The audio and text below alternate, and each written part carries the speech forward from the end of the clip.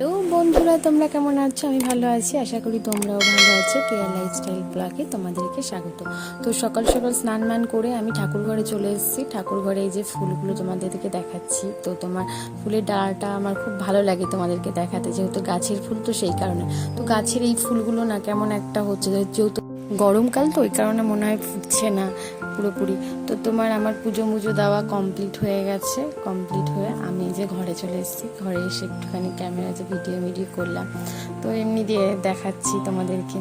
তো সকাল সকাল স্নান করে আমার পুজো কমপ্লিট হয়ে যায়, 8টার মধ্যে পুজো কমপ্লিট হয়ে যায়।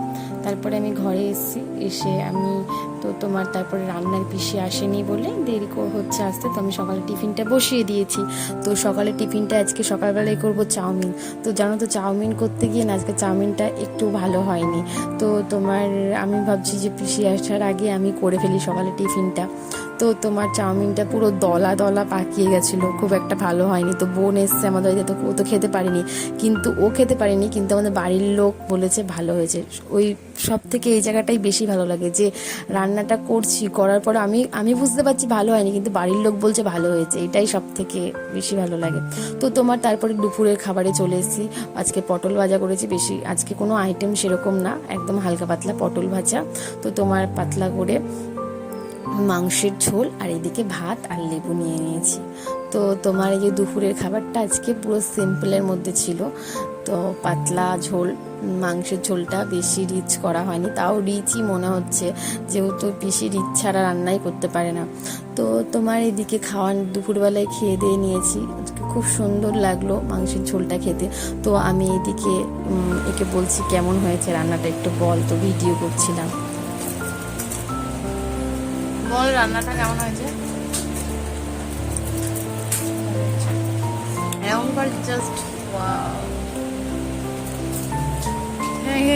তারপরে এদিকে দুপুরের খাওয়া দাওয়া করে ঘুম টুম দিয়ে তারপরে যে রেডি হচ্ছে, ওকে একটু বিকেলবেলায় ঘুরতে নিয়ে যাবো, যেহেতু আমাদের বাড়িতে এসছে।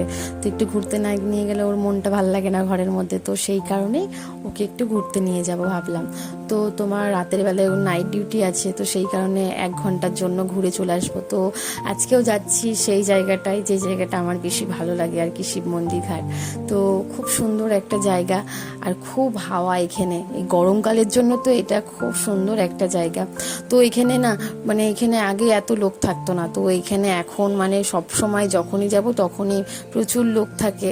আর তোমার আমার বিয়ের 5 বছর আগে এতটা মানুষজন ছিল না। তো তোমার এখন যেতে বেশি ভালো লাগে, আর পুরো মেলা টাইপের। তো এখানে একটা মন্দির আছে, মায়ের মন্দির আছে, খুব বড় মন্দির। তো খুব সুন্দর লাগে জায়গাটা আমার। তো ওকে একটু ঘুরতে নিয়ে আসলাম, তো ওরও মনটা একটু ভালো লাগবে।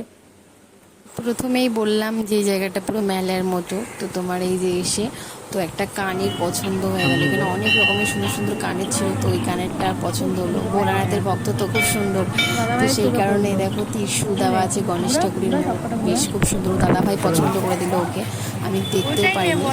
তারপরে এদিকে পাপড়ি চাট খেয়ে নিলাম, পাপড়ি চাট সুন্দর করে এই কাকুটার দোকানে। তো তোমার সামনেই গঙ্গার পাড়ের সামনেই।